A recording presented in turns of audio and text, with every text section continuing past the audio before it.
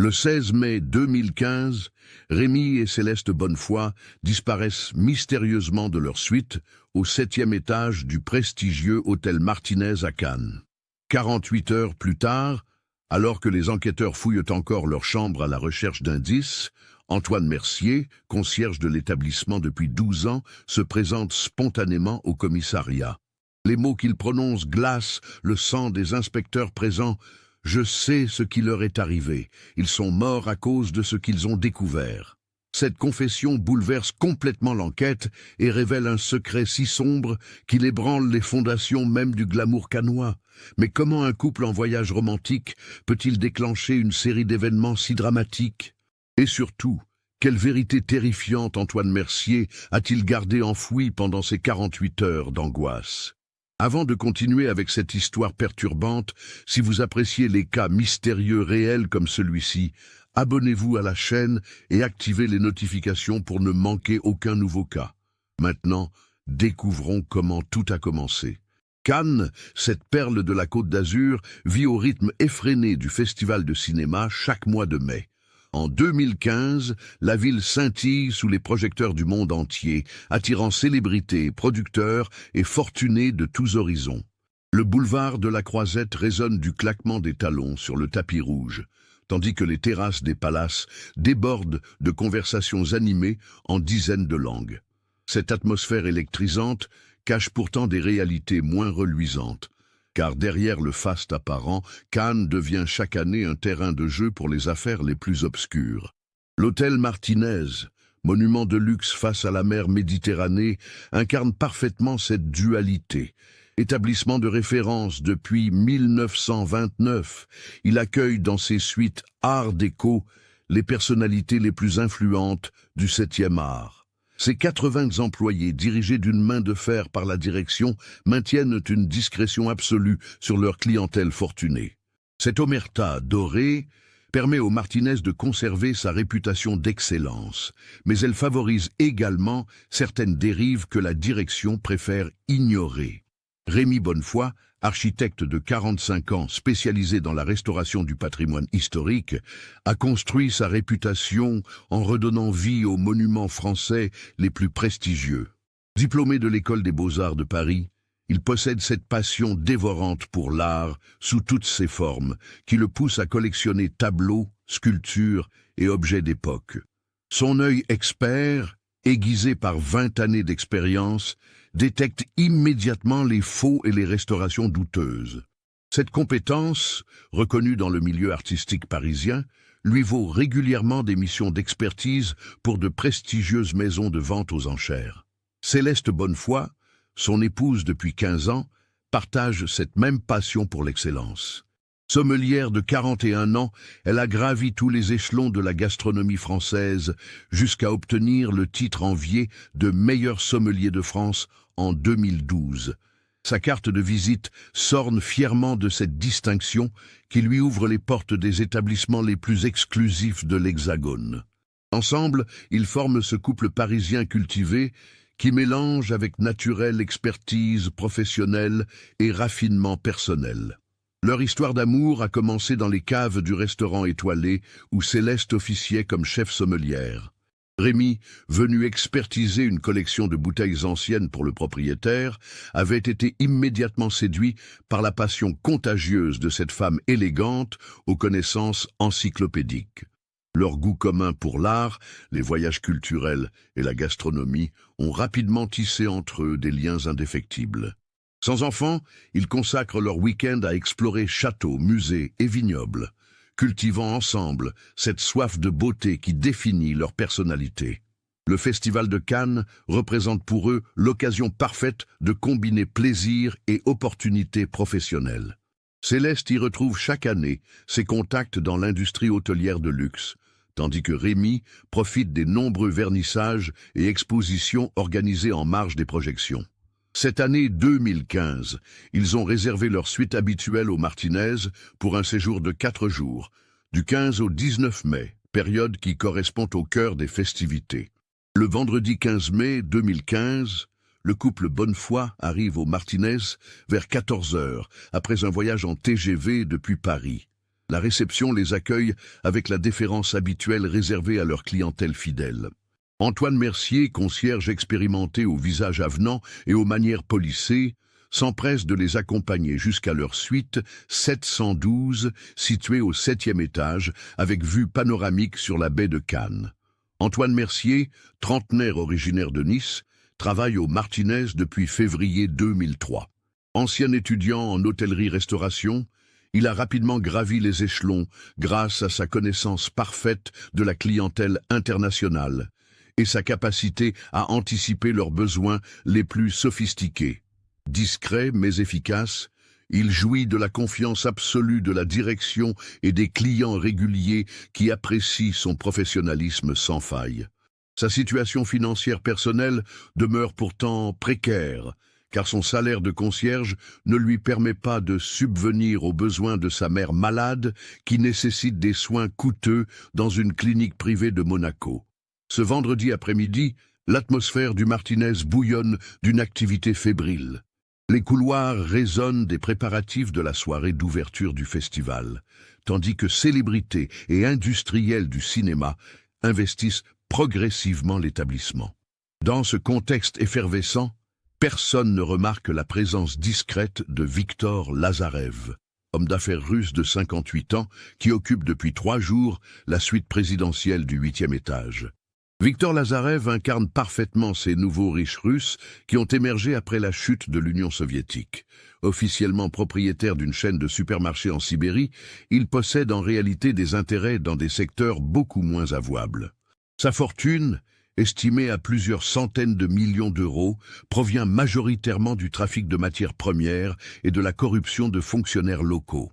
Chaque année, il utilise le Festival de Cannes comme vitrine pour blanchir une partie de ses revenus illégaux à travers l'acquisition d'œuvres d'art prestigieuses.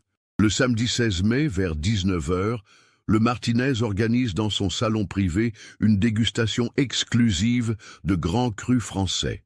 Cette soirée, réservée aux clients les plus fortunés, rassemble une quinzaine de personnes autour de bouteilles d'exception servies par Céleste Bonnefoy elle-même, invitée en tant qu'experte pour l'occasion. Rémi l'accompagne naturellement, profitant de cette opportunité pour observer les nombreuses œuvres d'art qui décorent les salons de l'hôtel. Vers 20h30, alors que la dégustation bat son plein, Rémi remarque une série de toiles exposées dans une alcôve adjacente au salon principal. Ces œuvres, présentées comme des pièces d'une collection privée mise en vente lors d'un événement caritatif organisé le lendemain, attirent immédiatement son attention d'expert. En s'approchant d'un supposé Monet représentant les nymphéas, il fronce les sourcils. La signature présente des irrégularités troublantes, et la technique picturale ne correspond pas tout à fait au style authentique du maître impressionniste. Intrigué, Rémi examine discrètement les autres toiles de la collection. Un Renoir, un Picasso de la période bleue et un Cézanne présentent tous des anomalies similaires. Son œil d'expert détecte immédiatement qu'il s'agit de contrefaçons particulièrement raffinées, mais de contrefaçons néanmoins. Cette découverte le trouble profondément, car ses œuvres sont présentées avec des certificats d'authenticité de maisons de vente parisiennes réputées. Pendant ce temps, Céleste anime la dégustation avec son professionnalisme habituel, guidant les invités à travers un parcours gustatif exceptionnel. Elle remarque la présence de Viktor Lazarev, qui se montre particulièrement attentif aux explications concernant les vins de Bourgogne les plus prestigieux. L'homme d'affaires russe pose des questions techniques précises qui trahissent une connaissance approfondie du marché viticole français. Cette expertise surprend Céleste, qui n'imaginait pas qu'un homme aux manières parfois rustres puisse maîtriser de telles subtilités œnologiques. Vers 22h, alors que la soirée touche à sa fin, Rémi décide de partager ses observations avec Céleste. Dans l'intimité de leur suite, il lui explique ses soupçons concernant l'authenticité des œuvres exposées. Céleste, de son côté, évoque son étonnement face aux connaissances inattendues de Viktor Lazarev. Ensemble, ils commencent à échafauder une théorie troublante. Et si cette vente caritative servait en réalité à écouler de fausses œuvres d'art auprès de collectionneurs peu scrupuleux? Cette nuit-là, le couple ne trouve pas le sommeil. Rémi ressasse les détails techniques qui trahissent la supercherie, tandis que Céleste repense aux conversations qu'elle a surprises entre Victor Lazarev et d'autres invités russophones. Plusieurs éléments lui reviennent en mémoire. Des allusions à des investissements artistiques, des mentions de transferts discrets et surtout cette insistance étrange de l'homme d'affaires russe à connaître les modalités précises de transport des vins de collection vers l'étranger. Le dimanche 17 mai au petit matin, vers 6 heures, Rémi prend une décision qui scellera leur destin tragique. Il descend discrètement au salon privé, espérant examiner plus attentivement les œuvres suspectes à la lumière du jour. Muni de sa loupe d'expert et de son appareil photo, il commence un examen méticuleux des toiles. Ces clichés révèlent des détails accablants, traces de vieillissement artificiel, pigments anachroniques, techniques de pinceau imparfaites. Il tient maintenant des preuves irréfutables de la supercherie. Malheureusement pour lui, cette inspection matinale n'échappe pas à la vigilance d'Antoine Mercier qui effectue sa ronde habituelle dans les espaces communs de l'hôtel. Le concierge, inquiet de voir un client photographier les œuvres exposées, alerte immédiatement Victor Lazarev. L'homme d'affaires russe comprend instantanément la menace que représente cette découverte pour son organisation criminelle. En quelques coups de téléphone, il active un réseau de complices déterminés à préserver leur secret à n'importe quel prix. Vers 8 heures, Rémi remonte dans sa suite, inconscient du danger qu'il vient de déclencher. Il montre ses photographies à Céleste, qui confirme ses soupçons. Ensemble, ils décident de contacter les autorités après le petit déjeuner pour signaler cette fraude artistique d'envergure. Cette décision, prise dans la plus parfaite innocence, signe leur arrêt de mort. À 9 heures précises, ce dimanche 17 mai, la femme de chambre Maria Santos frappe à la porte de la suite 712 pour le service matinal habituel. N'obtenant aucune réponse, elle utilise son passe pour pénétrer dans la chambre. La suite est vide. Les lits n'ont manifestement pas été défaits. Les affaires personnelles du couple sont soigneusement rangées dans leurs valises, et aucun signe de lutte n'est visible. Seule anomalie troublante. Les appareils électroniques du couple, téléphone portable, ordinateur portable et appareil photo, ont totalement disparu. Maria Santos, femme de chambre d'origine portugaise employée au Martinez depuis 8 ans, connaît parfaitement les habitudes de la clientèle fortunée. Cette absence totale de traces d'occupation nocturne la surprend énormément, car elle se souvient avoir croisé le couple dans les couloirs, la veille au soir, vers 23 heures. Inquiète, elle contacte immédiatement Antoine Mercier, qui se rend sur le champ dans la suite pour constater la situation. Le concierge examine minutieusement les lieux. Les vêtements de soirée de Céleste sont suspendus dans la penderie, ses bijoux de valeur reposent dans l'écrin sur la coiffeuse, et le portefeuille de Rémi contient encore plusieurs centaines d'euros en espèces ainsi que ses cartes de crédit. Cette découverte exclut immédiatement l'hypothèse d'un départ volontaire ou d'un cambriolage ordinaire. Face à cette situation inexplicable, Antoine prend la décision de prévenir la direction de l'hôtel qui contacte les autorités locales. L'inspectrice Marine Delacroix, officier de 42 ans de la police judiciaire de Cannes, arrive sur les lieux vers 11 heures accompagnée de son équipe technique. Diplômée de l'École nationale supérieure de police, elle possède 15 années d'expérience dans les enquêtes criminelles et connaît parfaitement les spécificités de sa juridiction. Le Festival de Cannes génère chaque année son lot d'incidents, vols, escroqueries, chantage. Mais les disparitions inexpliquées demeurent exceptionnellement rares dans les établissements de prestige. L'examen de la suite révèle plusieurs éléments troublants. Premièrement, aucune trace de pas ne mène vers la terrasse, excluant ainsi l'hypothèse d'un accident depuis le 7e étage. Deuxièmement, les caméras de surveillance des couloirs montrent effectivement le couple regagnant leur chambre vers 23h15 le samedi soir, mais aucune image ne les montre ressortant par la suite. Troisièmement, la disparition sélective des appareils électroniques suggère une action délibérée visant à effacer des preuves spécifiques. Les interrogatoires du personnel de l'hôtel commencent immédiatement. Antoine Mercier, interrogé en premier en tant que responsable de l'accueil du couple, se montre coopératif mais étonnamment nerveux. Il explique avoir accompagné les Bonnefoy à leur suite vendredi après-midi, puis les avoir croisés brièvement samedi soir en regagnant les ascenseurs après la dégustation de vin. Quand l'inspectrice Delacroix l'interroge sur d'éventuels contacts entre le couple et d'autres clients de l'hôtel, Antoine mentionne leur participation à la soirée dégustation sans évoquer l'incident matinal concernant les œuvres d'art. Victor Lazareff, contacté dans sa suite présidentielle, affiche une coopération de façade teintée d'agacement. Il confirme avoir participé à la dégustation de vin, mais prétend n'avoir eu aucune interaction particulière avec les Bonnefoy. Son alibi pour la nuit du samedi au dimanche semble solide. Il affirme avoir passé la soirée en compagnie de 2 associés russes dans sa suite, puis avoir rejoint une boîte de nuit privée de Cannes vers minuit. Les vidéos de surveillance confirment effectivement sa sortie de l'hôtel vers cette heure-là, accompagné de 2 hommes correspondant à sa description. Les recherches s'intensifient rapidement. Les autorités locales déploient des équipes de maîtres nageurs sauveteurs pour fouiller la baie de Cannes, craignant un accident maritime. Les services de police scientifique analysent minutieusement la suite à la recherche de traces biologiques susceptibles d'indiquer une agression. Les enquêteurs contactent également les sociétés de transport pour vérifier si le couple n'aurait pas quitté la région par train, avion ou véhicule de location. Parallèlement, l'inspectrice Delacroix mène des investigations approfondies sur le passé du couple.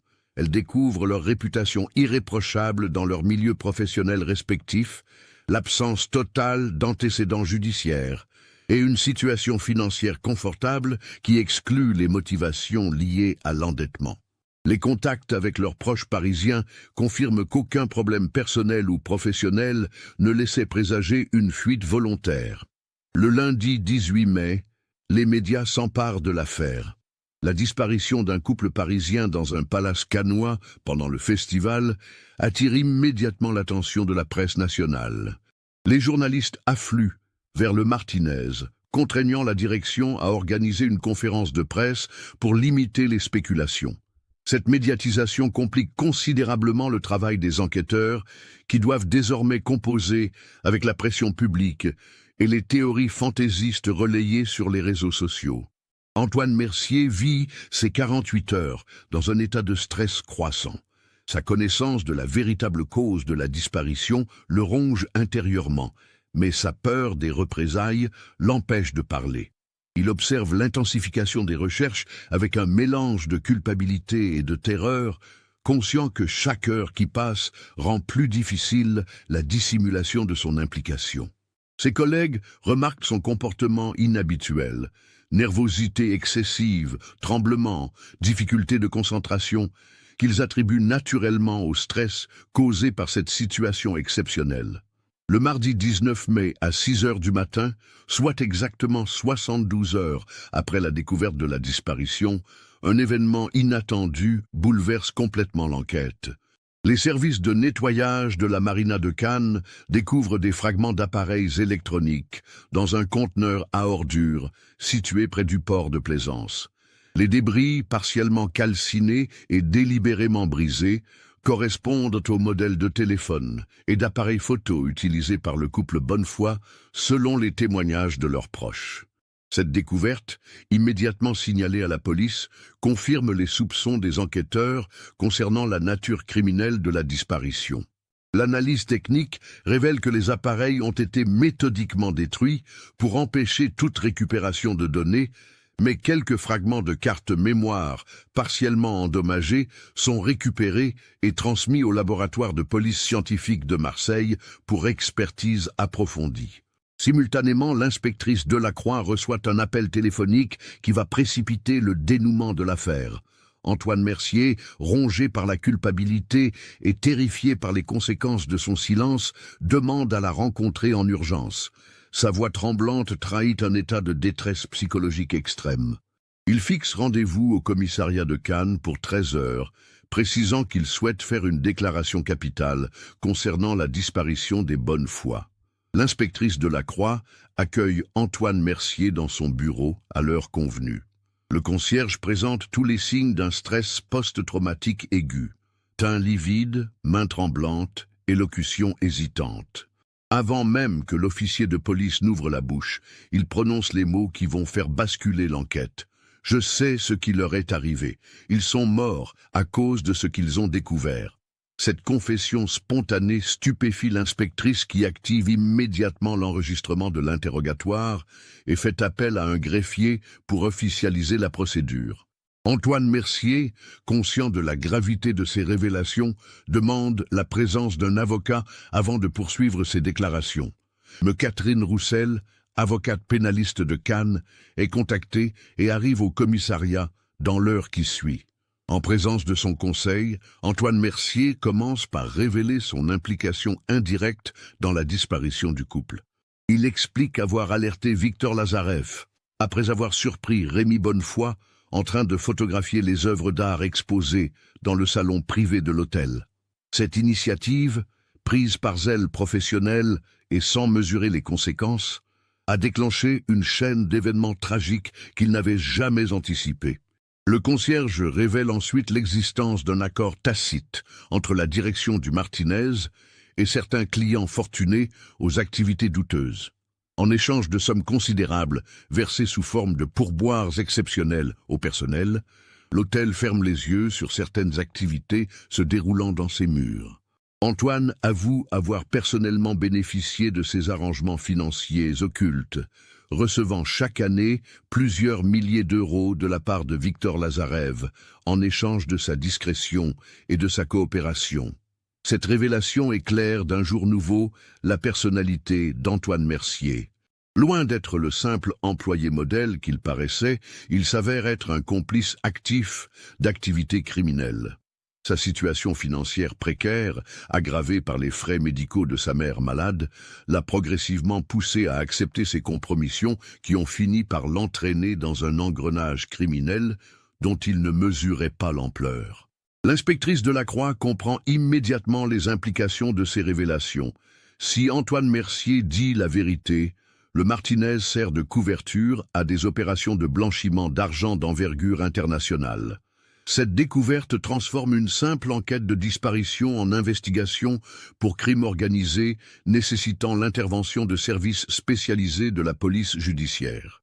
Pressé de questions, Antoine révèle progressivement les détails de l'organisation criminelle orchestrée par Victor Lazarev.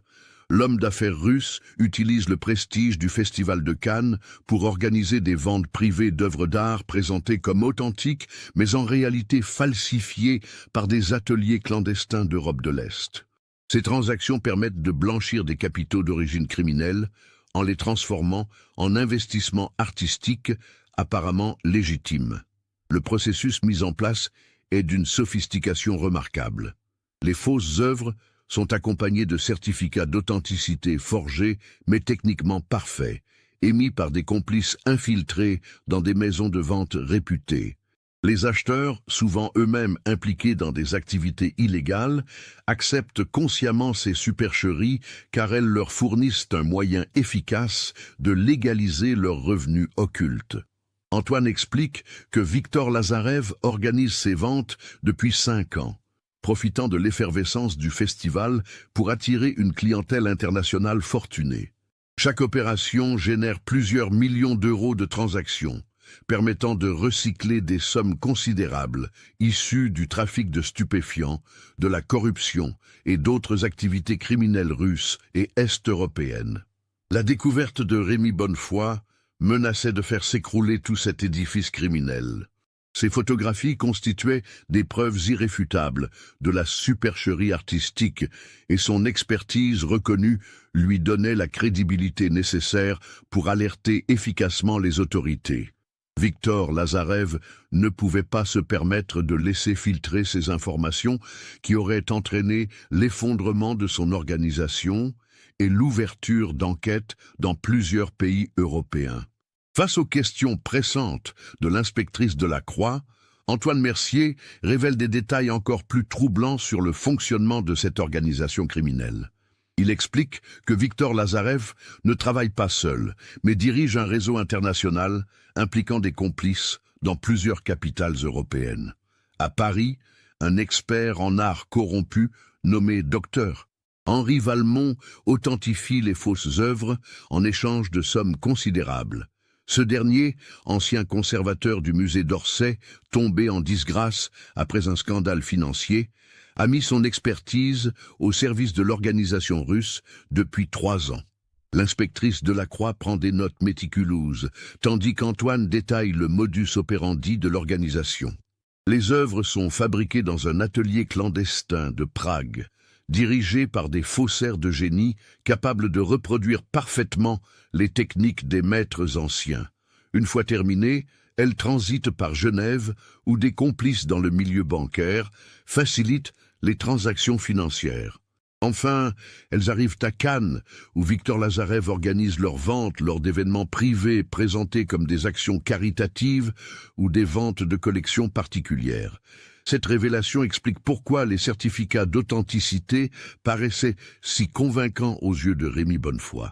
Le docteur Valmont utilisait ses anciens contacts dans les institutions muséales parisiennes pour faire valider les documents par des experts non complices qui ignoraient totalement participer à une supercherie.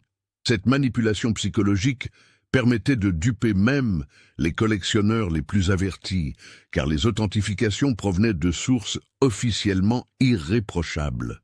Antoine poursuit ses révélations en décrivant l'atmosphère de terreur qui règne au sein de l'organisation de Victor Lazarev. Plusieurs personnes ayant tenté de quitter le réseau ou de le dénoncer ont mystérieusement disparu au cours des dernières années. Un galeriste milanais qui refusait de coopérer a été retrouvé mort dans son appartement, officiellement victime d'un arrêt cardiaque, mais dans des circonstances suspectes. Un banquier genevois trop curieux a péri dans un accident de voiture dont les causes n'ont jamais été élucidées. Ces méthodes d'intimidation expliquent la terreur qu'éprouve Antoine depuis la disparition des Bonnefoy. Il sait parfaitement que sa confession le met en danger mortel, mais sa culpabilité est devenue insupportable. La vue des équipes de recherche fouillant inlassablement la baie de Cannes à la recherche de corps qui ne s'y trouvent pas le ronge psychologiquement. Il ne supporte plus de voir les parents de Rémy et Céleste, arrivés de Paris le lundi matin, pleurer devant les caméras en suppliant quiconque possède des informations de se manifester. L'inspectrice Delacroix comprend qu'elle tient entre ses mains une affaire d'une ampleur considérable. Elle contacte immédiatement le procureur de la République de Grasse pour l'informer de ces révélations et demande l'intervention de l'Office central de lutte contre le crime organisé. Cette procédure, inhabituelle pour une disparition locale, se justifie par les ramifications internationales de l'organisation criminelle découverte. Pendant ce temps, dans sa suite du Martinez, Victor Lazarev commence à s'inquiéter de l'absence prolongée d'Antoine Mercier. Le concierge devait lui rendre compte régulièrement de l'évolution de l'enquête policière, mais aucun contact n'a eu lieu depuis le matin. Cette rupture de communication inhabituelle éveille les soupçons de l'homme d'affaires russe qui envisage déjà de quitter précipitamment Cannes. Les révélations d'Antoine permettent également de comprendre comment le couple Bonnefoy a été éliminé. Selon ses dires, Victor Lazarev a contacté dans la nuit du samedi au dimanche 2 hommes de main spécialisés dans ce type d'opération. Ces individus, anciens militaires reconvertis dans le crime organisé, sont arrivés à Cannes par la route dans la nuit et ont pénétré dans l'hôtel par les accès de service qu'Antoine leur avait indiqués. Le concierge avoue avoir fourni un passe magnétique permettant d'accéder à la suite 712 vers 3 heures du matin. Les tueurs ont surpris le couple endormi et les ont éliminés silencieusement avant de faire disparaître les corps, selon une méthode que Victor Lazarev avait déjà utilisée par le passé. Cette technique, d'une efficacité redoutable, consiste à dissoudre les corps dans de l'acide concentré, ne laissant aucune trace physique exploitable par les enquêteurs. Cette révélation glaçante explique pourquoi aucune trace de lutte n'a été découverte dans la suite. Les victimes ont été tuées dans leur sommeil sans avoir eu le temps de résister ou de crier. Leurs affaires personnelles ont été laissées sur place pour donner l'illusion d'une disparition volontaire, tandis que leurs appareils électroniques ont été détruits pour éliminer les preuves photographiques de leur découverte. Antoine précise que l'opération s'est déroulée entre 3 heures et 5 heures du matin, pendant sa garde de nuit. Il a personnellement accompagné les tueurs jusqu'à la suite, puis les a aidés à évacuer discrètement les corps par les escaliers de service. Cette complicité directe dans le meurtre aggrave considérablement sa situation juridique. Mais il semble résigné à assumer les conséquences de ses actes. L'inspectrice Delacroix demande des précisions sur le lieu où les corps ont été dissous. Antoine révèle que Victor Lazarev possède une villa isolée dans l'arrière-pays cannois, près du village de Mougine, où il dispose d'un laboratoire clandestin équipé pour ce type d'opération. Cette propriété, officiellement louée pour la durée du festival, sert en réalité de base arrière pour les activités criminelles de l'organisation russe. Ces révélations successives créent une atmosphère de tension croissante dans le bureau de l'inspectrice. Antoine Mercier, épuisé par le poids de ses secrets, semble soulagé de pouvoir enfin dire la vérité malgré les terribles conséquences que cela implique pour lui. Son avocat, Me Catherine Roussel, prend conscience de la gravité exceptionnelle de l'affaire et des risques que court son client en collaborant avec la justice. L'interrogatoire se poursuit tard dans l'après-midi, chaque réponse d'Antoine apportant de nouveaux éléments sur l'organisation criminelle de Victor Lazarev. Il révèle que d'autres employés du Martinez sont compromis dans cette affaire, notamment le chef de la sécurité qui ferme les yeux sur les allées et venues suspectes en échange de rémunérations occultes. Cette corruption générale explique comment une organisation criminelle a pu opérer aussi longtemps dans un établissement aussi prestigieux sans être inquiété.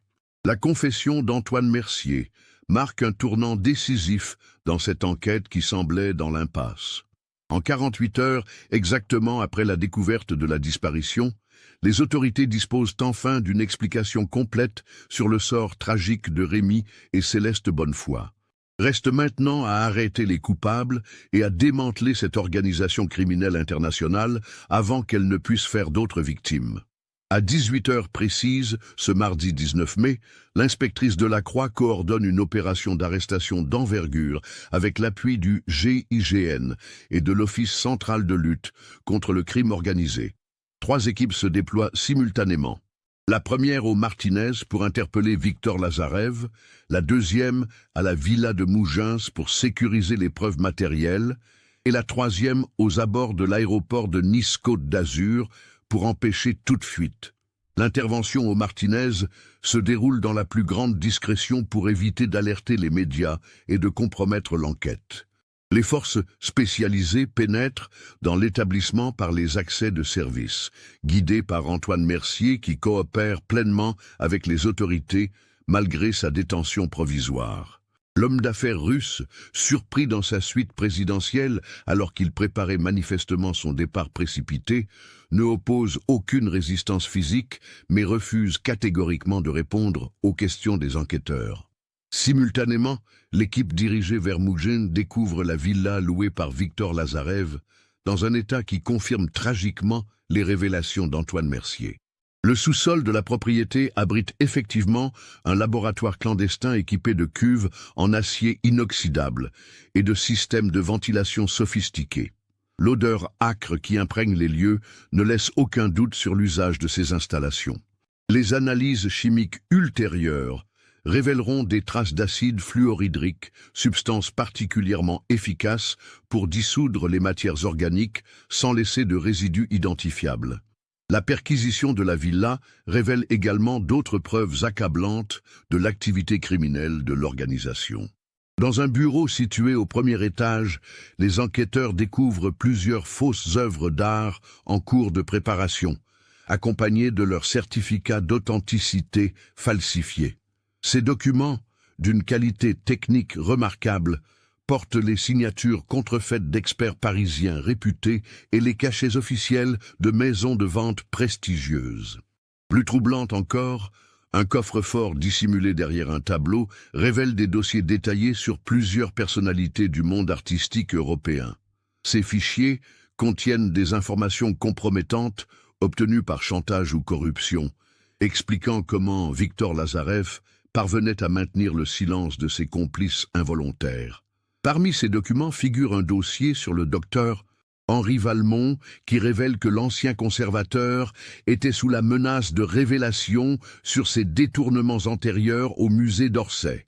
L'ordinateur portable de Victor Lazarev, saisi lors de son arrestation, livre ses secrets après plusieurs heures de décryptage par les experts informatiques de la police scientifique. Les fichiers révèlent l'ampleur considérable de l'organisation criminelle qui s'étend bien au-delà des frontières françaises. Des correspondances chiffrées attestent de contacts réguliers avec des réseaux similaires opérant en Suisse, en Italie et en Allemagne, suggérant l'existence d'une véritable mafia internationale spécialisée dans le blanchiment d'argent par l'art. Les relevés bancaires découverts dans ces fichiers indiquent que l'organisation a blanchi plus de 50 millions d'euros au cours des 5 dernières années.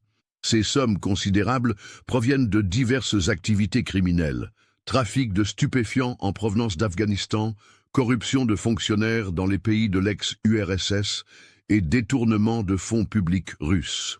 L'utilisation du marché de l'art comme vecteur de blanchiment se révèle d'une efficacité redoutable, car les transactions artistiques échappent largement au contrôle bancaire traditionnel. L'interrogatoire de Victor Lazarev, mené en présence de son avocat et d'un interprète, se heurte à un mur de silence. L'homme d'affaires russe, fort de son expérience des services secrets soviétiques dans sa jeunesse, refuse de reconnaître les faits qui lui sont reprochés malgré l'accumulation de preuves matérielles. Sa stratégie de défense consiste à nier toute connaissance des activités criminelles se déroulant dans sa villa de location, prétendant avoir été piégé par des complices qui auraient utilisé sa propriété à son insu. Cette attitude de déni complet ne surprend pas l'inspectrice Delacroix, qui a déjà eu affaire à des criminels endurcis du crime organisé international. Elle sait que Victor Lazarev espère que ses avocats parviendront à créer suffisamment de doutes juridiques pour éviter une condamnation lourde. Cependant, la richesse des preuves matérielles et le témoignage détaillé d'Antoine Mercier rendent cette stratégie particulièrement difficile à mettre en œuvre. Le témoignage d'Antoine Mercier prend une dimension encore plus dramatique quand il accepte de guider les enquêteurs vers l'endroit précis où les corps de Rémy et Céleste Bonnefoy ont été dissous.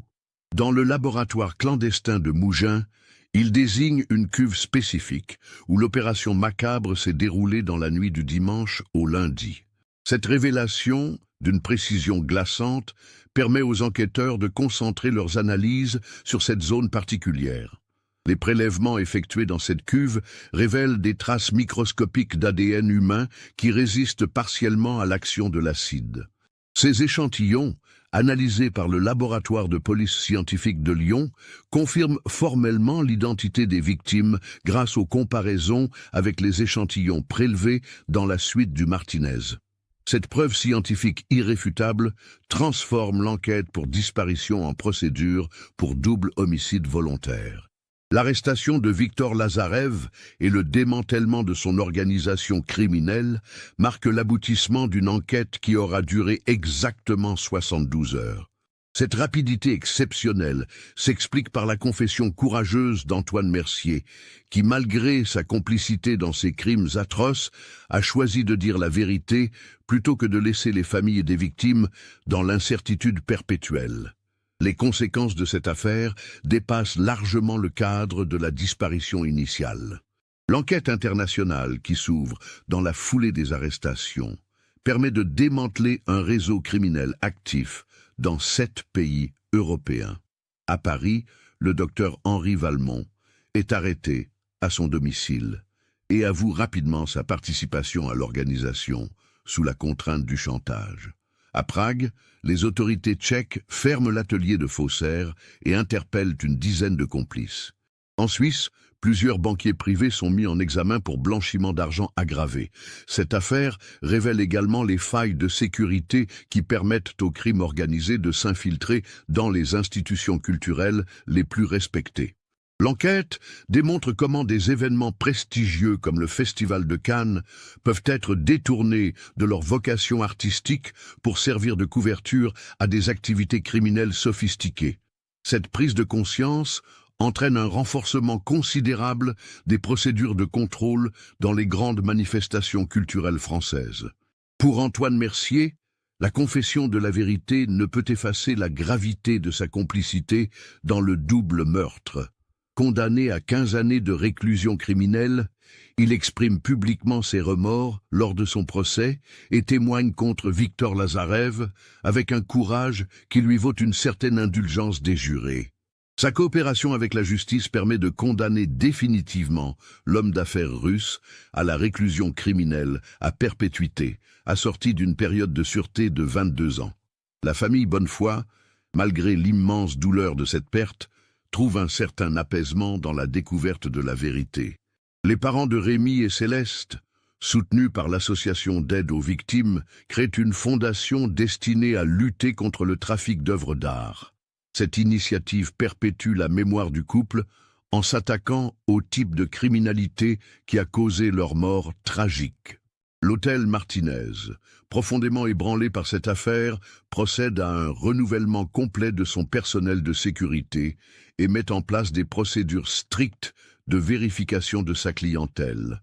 Cette crise institutionnelle, bien que douloureuse, permet à l'établissement de retrouver progressivement la confiance de sa clientèle internationale après plusieurs mois de difficultés. L'inspectrice Marine Delacroix reçoit les félicitations de sa hiérarchie pour la conduite exemplaire de cette enquête complexe. Cependant, elle garde un souvenir amer de cette affaire qui illustre cruellement comment l'innocence peut être broyée par la machine impitoyable du crime organisé. La rapidité de la résolution ne peut masquer le fait que 2 vies humaines ont été sacrifiées pour protéger des intérêts criminels sordides. Cette tragédie soulève des questions profondes sur la vulnérabilité des citoyens ordinaires face aux tentacules du crime organisé international. Rémi et Céleste Bonnefoy n'étaient que des vacanciers cultivés, dont la seule erreur fut d'exercer leur expertise professionnelle au mauvais moment et au mauvais endroit. Leur sort illustre dramatiquement comment la criminalité moderne peut frapper n'importe qui, n'importe où, dès lors que des intérêts financiers considérables sont menacés. L'affaire Bonnefoy marque également un tournant dans la lutte contre le blanchiment d'argent par l'art en France.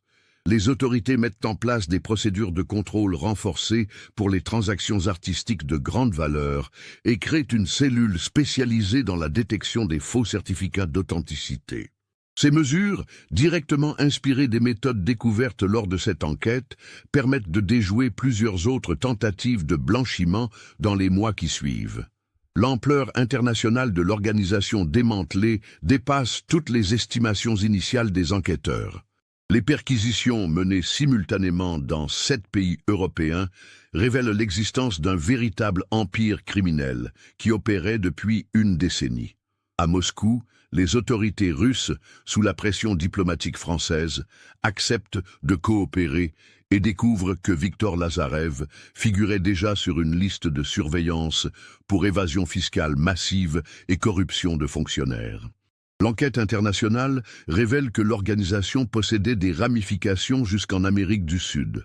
À Buenos Aires, les policiers argentins découvrent un entrepôt clandestin contenant plus de 200 fausses œuvres d'art destinées au marché nord-américain. Ces découvertes successives démontrent que le réseau démantelé à Cannes ne représentait qu'une petite partie d'une organisation criminelle tentaculaire qui blanchissait annuellement plus de 300 millions d'euros à travers le monde. Le docteur Henri Valmont, confronté aux preuves accablantes lors de son interrogatoire parisien, finit par révéler des détails troublants sur son recrutement par Victor Lazarev. L'ancien conservateur explique comment l'homme d'affaires russe avait découvert ses détournements au musée d'Orsay grâce à un audit financier clandestin. Face au chantage exercé sur lui, il avait accepté de mettre son expertise au service de l'organisation criminelle pour éviter un scandale public qui aurait ruiné définitivement sa réputation. Cette révélation éclaire d'un jour nouveau les méthodes de recrutement employées par Viktor Lazarev. L'homme d'affaires russe ne se contentait pas de corrompre ses complices avec de l'argent, il les compromettait d'abord en découvrant leurs faiblesses personnelles ou professionnelles. Cette technique de manipulation psychologique lui permettait de s'assurer une fidélité absolue de ses collaborateurs, qui redoutaient plus que tout l'exposition publique de leur turpitude. L'analyse approfondie des fichiers informatiques de Viktor Lazarev révèle également l'existence d'un système de surveillance sophistiqué de ses victimes potentielles. L'organisation avait constitué des dossiers détaillés sur plusieurs centaines d'experts en art européen, recensant leurs habitudes, leurs faiblesses financières et leurs relations personnelles. Cette approche méthodique explique comment ils parvenaient à identifier et à compromettre les personnalités susceptibles de menacer leurs activités. Le procès de Viktor Lazarev, qui se déroule aux Assises de Grasse 6 mois après son arrestation, passionne l'opinion publique française. Les audiences révèlent progressivement l'ampleur des crimes commis par l'organisation, bien au-delà du double meurtre des époux Bonnefoy. Le témoignage d'Antoine Mercier, devenu témoin protégé après avoir reçu des menaces de mort en prison, constitue le moment le plus saisissant de ce procès exceptionnel. Face aux jurés, Antoine Mercier décrit avec une précision glaçante la nuit du meurtre des époux Bonnefoy. Il raconte comment il a guidé les 2 tueurs jusqu'à la suite 712, comment il a attendu dans le couloir pendant qu'ils accomplissaient leur sinistre besogne, et comment il les a aidés à évacuer discrètement les corps par les escaliers de service. Son témoignage, entrecoupé de sanglots, révèle un homme rongé par les remords qui a fini par craquer sous le poids de sa culpabilité. L'avocat de Viktor Lazarev tente de discréditer le témoignage d'Antoine en soulignant ses contradictions initiales et ses intérêts à collaborer avec la justice pour obtenir une réduction de peine. Cependant, la concordance parfaite entre ces déclarations et les preuves matérielles découvertes rend cette stratégie de défense inefficace. Les traces d'ADN retrouvées dans le laboratoire clandestin, les relevés téléphoniques prouvant les contacts entre les protagonistes et les témoignages des complices arrêtés dans d'autres pays convergent tous vers la culpabilité de l'accusé principal. Le témoignage des parents de Rémy et Céleste Bonnefoy constitue un autre moment d'émotion intense du procès. Jacques Bonnefoy, père de Rémy et ancien professeur de littérature à la retraite, décrit avec une dignité poignante l'impact de cette tragédie sur sa famille. Il évoque la passion de son fils pour l'art, son intégrité professionnelle qui lui interdisait de fermer les yeux sur une supercherie, et l'amour sincère qui l'unissait à Céleste depuis 15 années de mariage. Marguerite Durand, mère de Céleste et ancienne directrice d'école primaire, témoigne de la personnalité rayonnante de sa fille qui avait consacré sa vie à transmettre sa passion pour l'œnologie. Elle décrit une femme accomplie qui rêvait de voyager à travers les vignobles du monde entier avec son époux pour découvrir de nouveaux terroirs. Ces témoignages familiaux rappellent cruellement que derrière cette affaire criminelle complexe se cachent 2 vies humaines brisées par la cupidité et la violence. L'expert psychiatre mandaté par la Cour pour évaluer la personnalité de Viktor Lazarev dresse le portrait d'un psychopathe intelligent, dépourvu de toute empathie pour ses victimes. Selon son analyse, l'homme d'affaires russe présente tous les traits caractéristiques des grands criminels internationaux: charisme superficiel, absence de remords, capacité de manipulation exceptionnelle et vision purement utilitariste des relations humaines. Cette expertise psychologique explique comment il a pu ordonner froidement l'élimination du couple Bonnefoy sans éprouver la moindre émotion. 3 années après cette tragédie, l'affaire Bonnefoy continue d'inspirer les réformes de la législation française sur la lutte contre le blanchiment d'argent. Le Parlement adopte une loi renforçant les obligations de déclaration pour les transactions artistiques supérieures à 100 000 € et créant un fichier national des certificats d'authenticité.